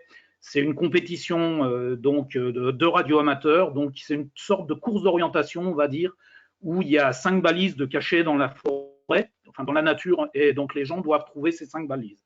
Exactement comme une course d'orientation, à part que là, ils n'ont pas de carte, ils ont des antennes et des récepteurs radio.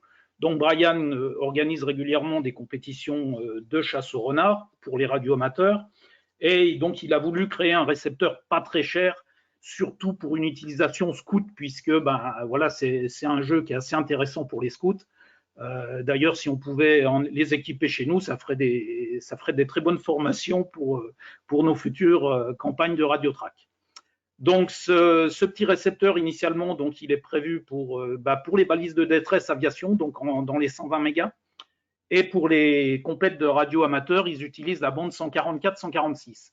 Donc, moi, j'ai contacté Brian en lui demandant si son récepteur était capable de couvrir notre bande donc compatible avec nos tags, donc 148-152 pour rester dans la bande de fréquence du système Wagner. Donc il m'a répondu pas de problème, je regarde, j'essaye et je te tiens au courant. Donc bref, il m'a modifié les fréquences sur son appareil, donc il fonctionne très bien dans cette gamme de fréquences puisque moi je me suis équipé avec 2 appareils.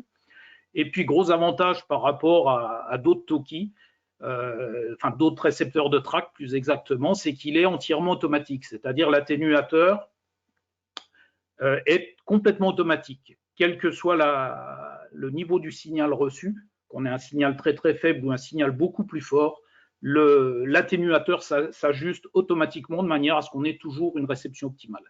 Donc ça, c'est très très confortable. Donc, en plus, Brian l'avait équipé, ce récepteur, d'une fonction qui est vraiment formidable. Moi, j'ai complètement adhéré, je suis complètement conquis par cet appareil. C'est le Peak Extend Mode. Donc, en gros, quand on pointe notre antenne Yagi vers une balise, on va avoir un son qui est aigu. Dès qu'on s'éloigne de la balise, le son devient grave. Donc, on n'a même plus à regarder l'appareil. À l'oreille, on trouve la balise, mais en une fraction de seconde. Enfin, on trouve l'azimut de la balise, en tout cas, en une fraction de seconde, sans regarder l'appareil, sans chercher un niveau de signal. Et puis, vous avez les bips de nos balises sont tellement courtes que à l'oreille, on a un peu de mal à définir quand on varie l'azimut de notre antenne, on a du mal à entendre la variation de niveau sonore qui s'accompagne du désalignement. Et donc, du coup, cette fonction sur le VKN, le VK3, pardon, YNG, est vraiment formidable et très facile d'utilisation. C'était aussi prévu pour les scouts et avec cette fonction-là, c'est vraiment hyper facile de trouver un azimut. On ne peut pas se tromper, on a des précisions angulaires qui sont monstrueuses. Voilà. Donc sur cette diapo, donc on voit sur le petit crowbar donc un appareil monté sur une antenne. Hein, c'est pas dans ce cadre-là que j'utilise.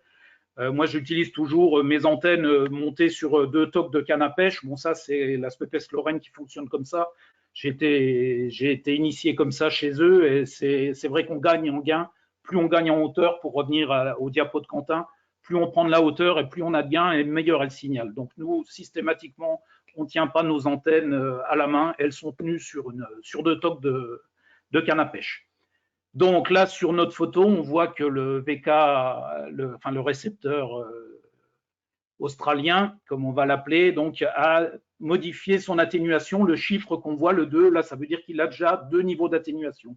Donc ça veut dire qu'a priori, le signal est reçu relativement fort et l'appareil a enclenché l'atténuation automatique déjà de 2 niveaux. Donc on a un affichage direct qui nous donne le niveau de réception en principe le niveau d'atténuation. Alors ça, c'est bien pratique, puisque ayant fait du radio-tracking avec les systèmes Wagner et le potentiomètre manuel, à qui c'est pas arrivé sur un homing de diminuer le gain, donc d'augmenter l'atténuation de manière à s'approcher de la bête, et puis après la bête s'envole et on repart, on essaye de la suivre, et bizarrement on n'a pas de signal parce qu'on a oublié de réaugmenter le gain. Avec cet appareil, c'est pas possible, c'est automatique. Voilà. Donc, alors, il faut savoir que l'appareil de base, il n'est pas adapté à nos fréquences radio de radio-tracking. Attention, donc je le précise bien, les docs que vous allez trouver sur le site de Brian donc, présentent le Sniffer 4 standard. Donc, vous étonnez pas s'il y a quelques différences.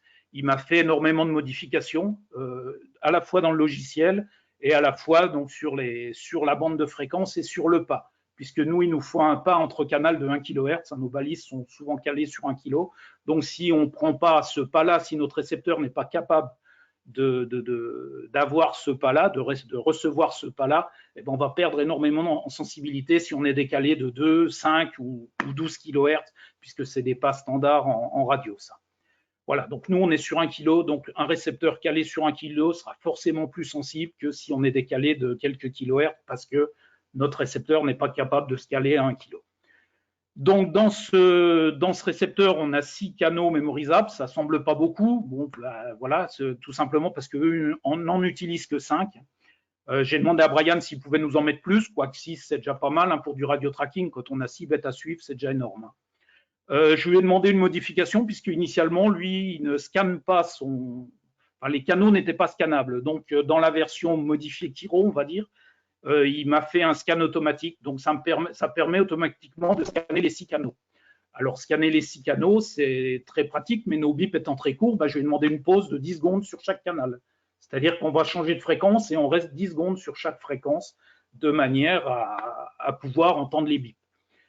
Voilà, donc ça, si on a 6 bêtes, c'est très bien, mais si on veut en scanner que 2, l'appareil ne sait pas scanner que deux canaux. Donc, il va scanner les 6. Donc, moi, ce que je fais quand j'ai 2 bêtes à scanner, je vais mettre sur le canal 1, 3 et 5 une des fréquences. Sur le canal 2, 4 et 6, je vais mettre l'autre fréquence. Comme ça, j'alterne une fois sur 2 la fréquence de chaque bête.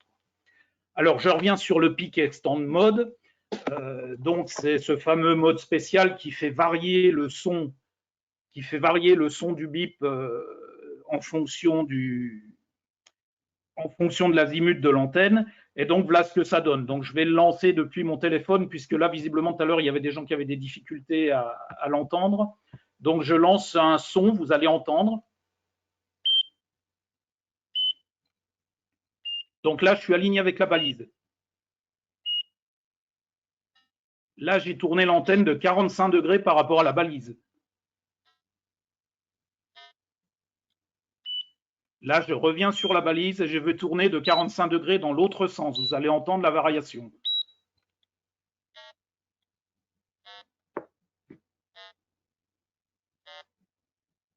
Et je vais revenir sur la balise. Voilà, donc le signal aigu, je suis calé sur la balise. Donc en deux balayages, je sais exactement où est ma balise. Voilà, donc la première chose. Donc vraiment, c'est ce mode que j'affectionne particulièrement, à part que quand j'ai découvert ce mode, j'avais tendance à m'en servir à tort, un peu, n'importe comment et tout le temps. Donc malheureusement, quand on s'en sert tout le temps, et notamment quand le niveau d'atténuation est à 0, là on a un son un peu désagréable façon Game Boy, donc que je vous fais écouter aussi. Ah pardon, je me suis trompé, c'est pas celui-là. C'est celui-là. Voilà le petit son Game Boy désagréable qu'on entend quand on utilise donc ce mode Peak Extend quand le signal n'est pas reçu. C'est-à-dire que quand on en recherche de bêtes et qu'on n'a aucun signal, là le son désagréable qu'on entend. Donc c'est à utiliser uniquement ce mode Peak Extend une fois seulement qu'on a un bip et qu'on veut en approche finale, localiser la bête précisément et prendre des azimuts. Voilà.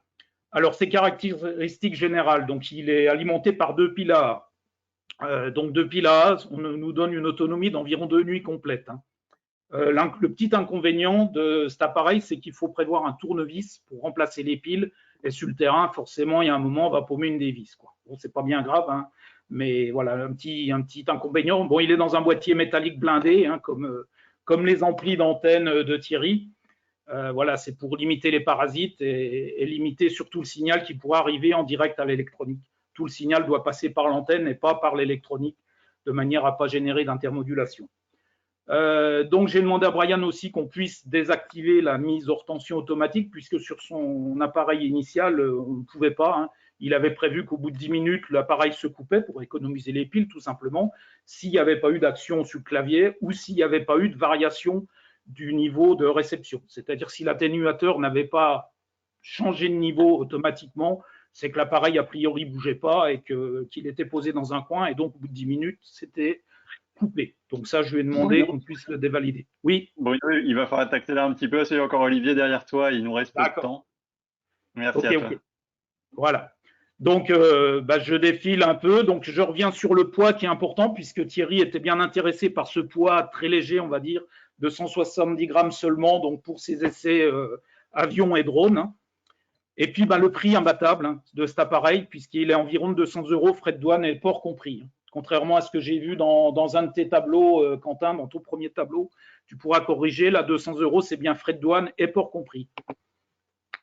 Alors, donc, j'ai fait des tests comparatifs entre un système Wagner LVK3YNG avec l'antenne Wagner, hein. Il fallait que, pour faire des tests comparatifs, que je change que le récepteur et pas le reste. Et j'ai utilisé une balise holo-hill, donc BC2A, qui fait 5 mW. Donc, conclusion, ces deux appareils sont quasi identiques, avec une toute petite plus-value, je dirais, pour le système Wagner, qui arrive à choper des signaux, hein, quand ils sont très très faibles. Parfois, je ne les ai pas, le Wagner les a, mais c'est vraiment infime. Cette différence, elle est vraiment balayée par les avantages du Peak Extend par la suite, puisque lors de mes essais, on a atteint quand même 24 km à vue, hein, avec la balise de test, que ce soit avec le récepteur Wagner ou avec le récepteur australien.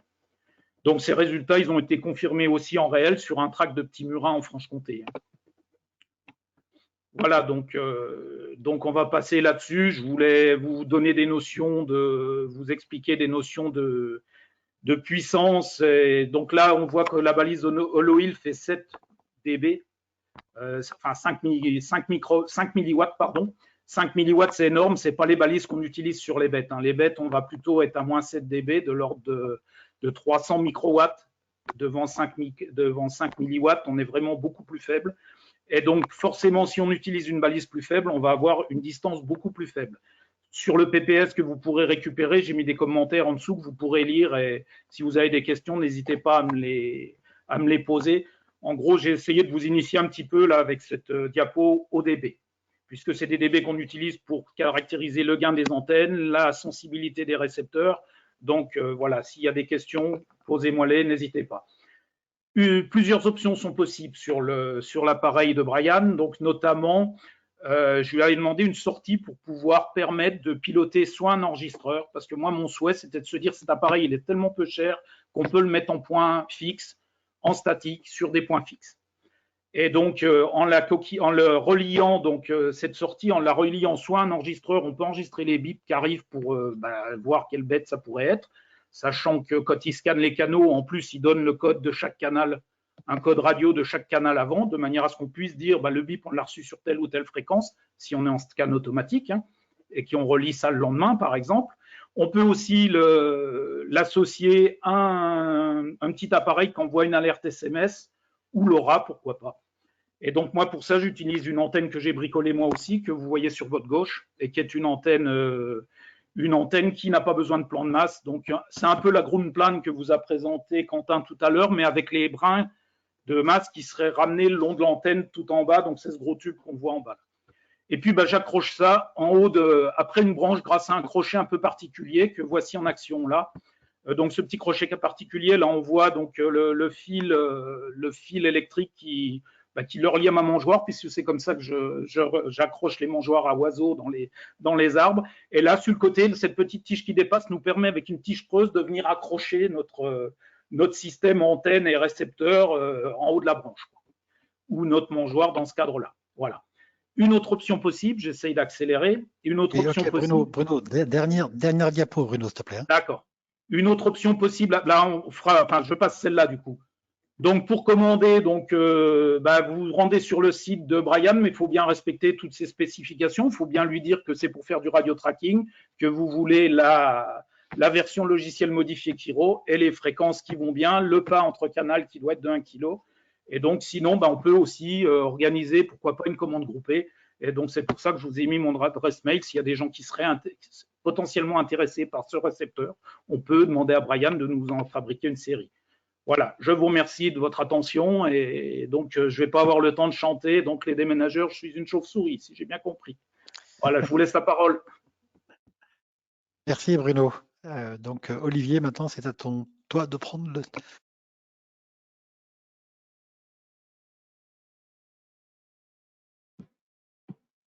Alors, est-ce que ça marche? C'est bon? Ouais, c'est tout bon. Olivier, tu es reçu son et image, vas-y.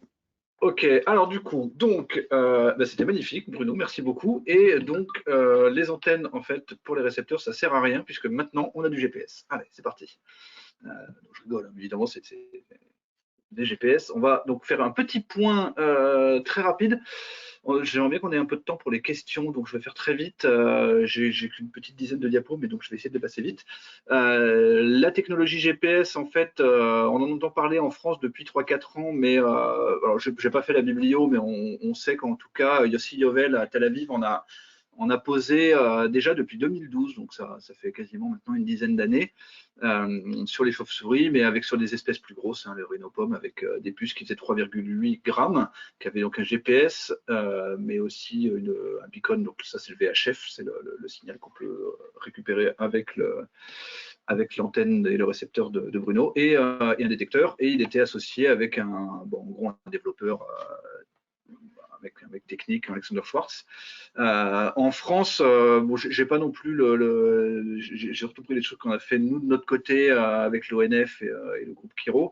Moi, j'avais commencé déjà en 2018 à essayer d'équiper des grands rhinolophes en lien avec Lotech. Évidemment, on a pris beaucoup de contacts avec Lotech parce qu'ils ont développé une offre GPS assez intéressante et qu'on discute bien avec eux, comme on l'a dit déjà auparavant dans la présentation. Je vous ai mis alors ce qu'on a fait sur le Grand Rhino en 2018. Là, l'idée c'était que Grand Rhino 20 grammes, donc essayer de pas dépasser 5%, pardon, et donc des puces qui feraient pas plus de 1 gramme. Ça a été possible. Ils nous ont fait une proposition, mais alors pas de signal beacon, donc pas de VHF en fait. Donc ça veut dire que là, nous l'idée c'était qu'on les mettait dans une maternité ou la bête dans un bâti et on prie pour qu'elle revienne dedans dans les jours qui suivent et la recapturer avec un hard trap devant une porte, par exemple. Parce qu'en fait, aucun moyen de savoir où part la bête, sinon, il n'y a plus qu'à prier pour qu'elle revienne au bon endroit. Je ne précise pas trop, mais donc voilà, on a réussi à en recapturer un. Et à droite, j'ai mis 2-3 exemples, et je vais aller un peu plus vite, parce qu'on n'aura pas le temps sinon. Et donc, du coup, depuis, ce qui se fait beaucoup, et ce pourquoi on en entend beaucoup parler des GPS cette année, c'est qu'évidemment, on peut le mettre actuellement sur les bêtes les plus grosses qu'on a en métropole, et donc la grande noctule en particulier. La noctule commune pourrait également convenir, mais voilà, donc grande noctule, on a ce que Lotech propose, donc les PinPod 50 Beacon Swift, ça c'est GPS et émetteur émission d'un signal VHF. Donc vous voyez qu'il y a deux antennes, il y a une petite antenne, je pense pour la captation des signaux des satellites, et une autre antenne pour le beacon. Et donc vous voyez ce que ça donne sur une grande noctule, donc des puces qui font à peu près 2,4 grammes. Alors là, j'ai repris des diapositives de ce qui a été présenté hier matin par l'ONF et ensuite de ce qui a été présenté par le groupe Kiro Océan Indien. Vous voyez les photos. Donc la question se pose aussi de récupération. Là, on est toujours sur des puces où il faut recapturer l'animal pour pouvoir récolter les données de localisation. C'est-à-dire que là, le coût, en fait, la puce coûte 500 €. On la met sur le dos d'une bête et si on ne la recapture pas, on a 0 données.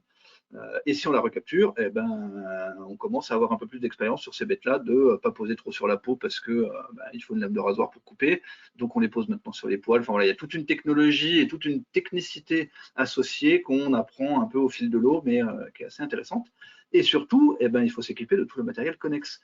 Donc là, on a vu, alors si on travaille avec les petits tips des Belges ou de Bruno, on a des émetteurs et des antennes pas chères. Là, si on fait le travail low-tech, ça c'est 2000 €, ça c'est 170.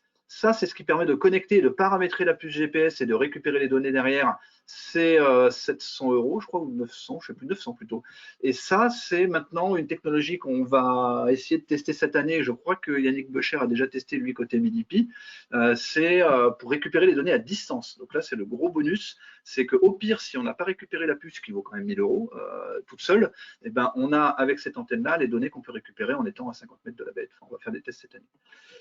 Comme on l'a déjà dit aussi, sur des gammes de fréquences supérieures, donc dans les 400 000 MHz, c'est pas 150 000 comme on a actuellement, c'est ce que Quentin a appelé les UHF, je crois, ça doit être les ultra hautes fréquences.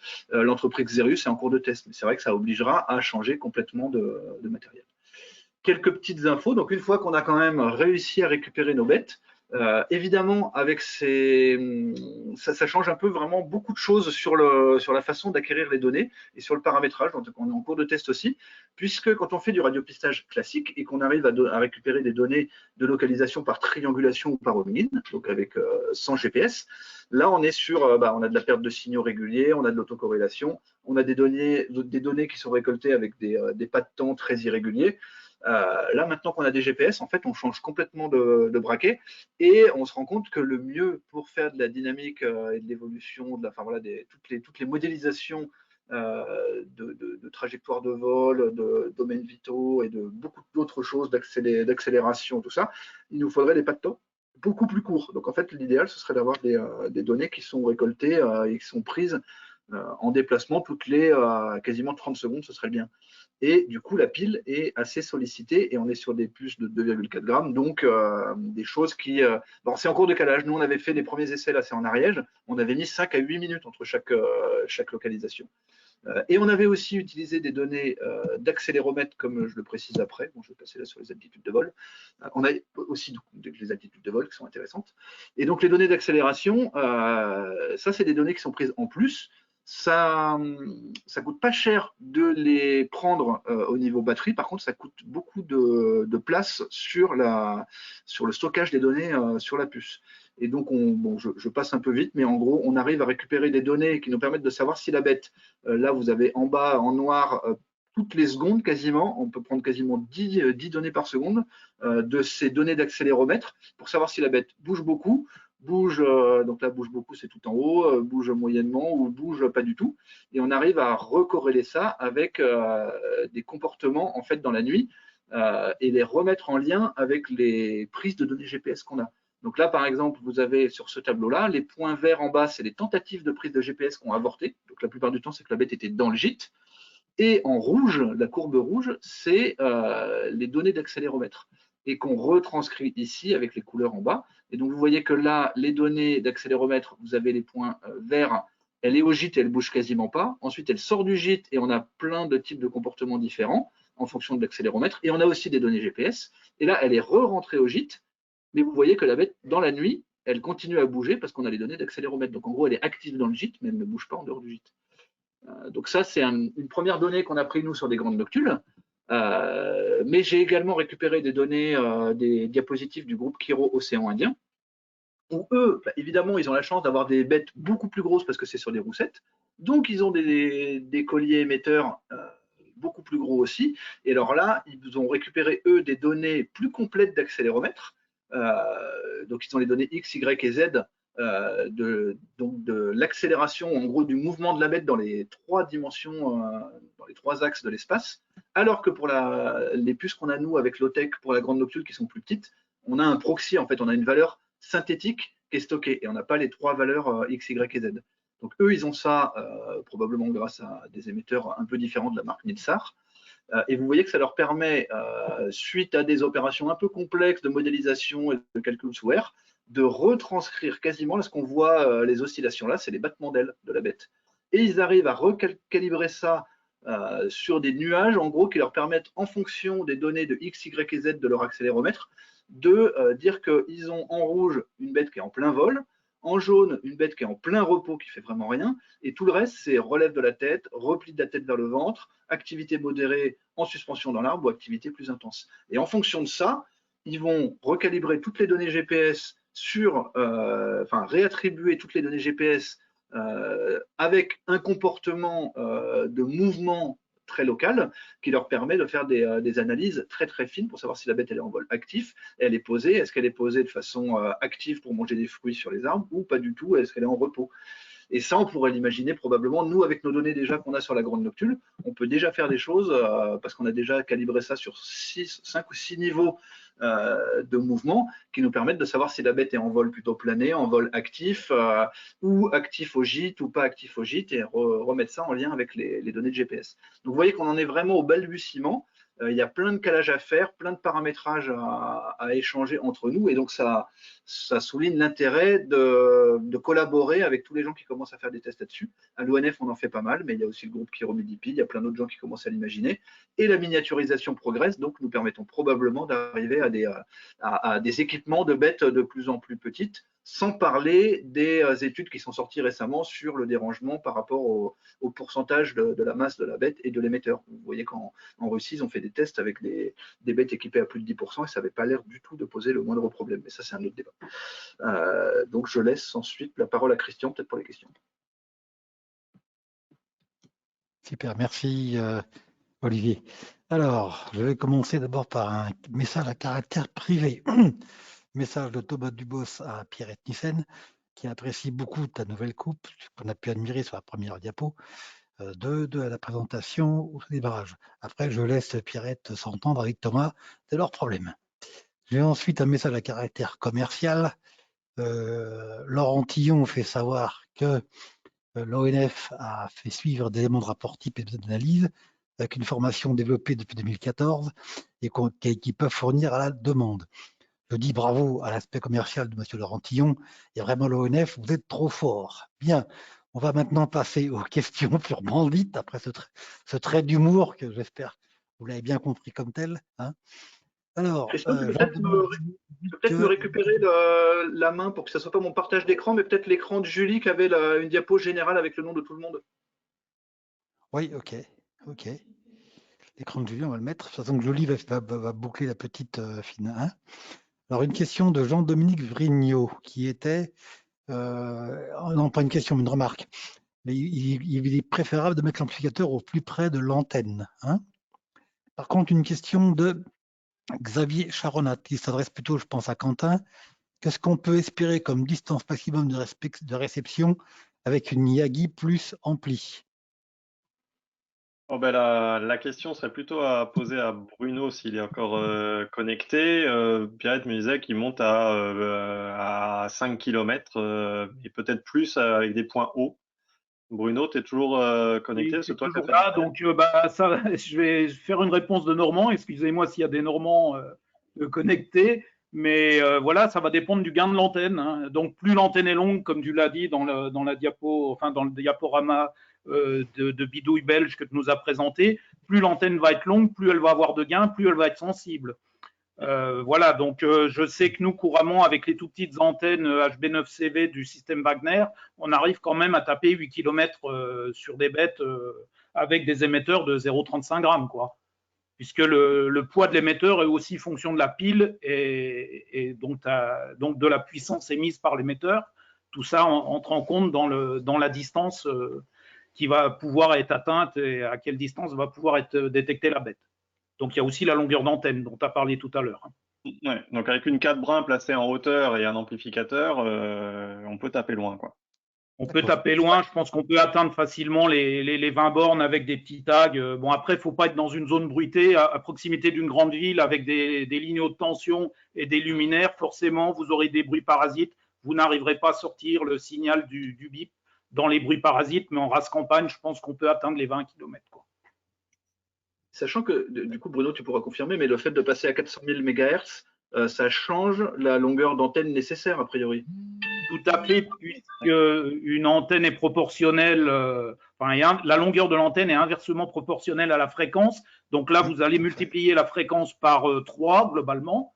En passant du VHF, notre référence à 150 mégas, vous allez être à 3 fois cette fréquence. Donc, à 3 fois cette fréquence, l'antenne idéale pourrait être 3 fois plus petite. Oui, même chose pour les antennes d'émission. Là, vous parlez d'antennes de réception, et surtout d'antennes d'émission où effectivement, on peut diviser par 3 la longueur adéquate à poser sur la ligne. Alors, une petite remarque concernant le récepteur que j'ai présenté, la version UHF existe. Hein. Bon. Alors, ensuite, il y avait une remarque de Thomas Dubos, mais qui en fait, vous avez en partie répondu. Il pose la question, est-ce que le radiopistage va pas devenir obsolète avec la miniaturisation des balises GPS? Il le regrette d'ailleurs. Hein.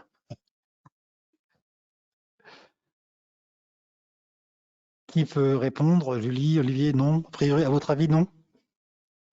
Moi, je pense pas. Hein. Après, je suis peut-être pas la mieux placée pour répondre à cette question, mais je pense pas. Déjà, faut voir jusqu'où ça va aller en miniaturisation, mais je pense pas qu'on ira jusqu'à équiper des toutes petites bêtes. Et les objectifs sont différents. Et puis, moi, je me suis souvent posé cette question de quel est l'avenir du radiopistage. Et c'est aussi pour ça que des fois, j'avais du mal à m'investir parce que plus ça allait, plus on me disait, mais le radiopistage, on s'en servira pas. Puis finalement, quand on discute avec les gens, rien que pour la recherche de gîtes, le coût que ça occasionne, le GPS par rapport au radiopistage, ça n'a rien à voir. Donc peut-être pour des programmes un peu longs où on veut vraiment aller sur la qualité de l'habitat, etc., le GPS, oui, c'est une très bonne approche. Si c'est juste pour rechercher du gîte, le radiopistage a encore tout son intérêt. Puis il y a des gros efforts de miniaturisation à faire parce que pour le moment, le GPS est couplé au radiopistage. Hein. On voit bien qu'il y a des beacons posés sur les GPS parce qu'il faut récupérer les données. Donc de toute façon, pour le moment, on s'en passe pas, quoi.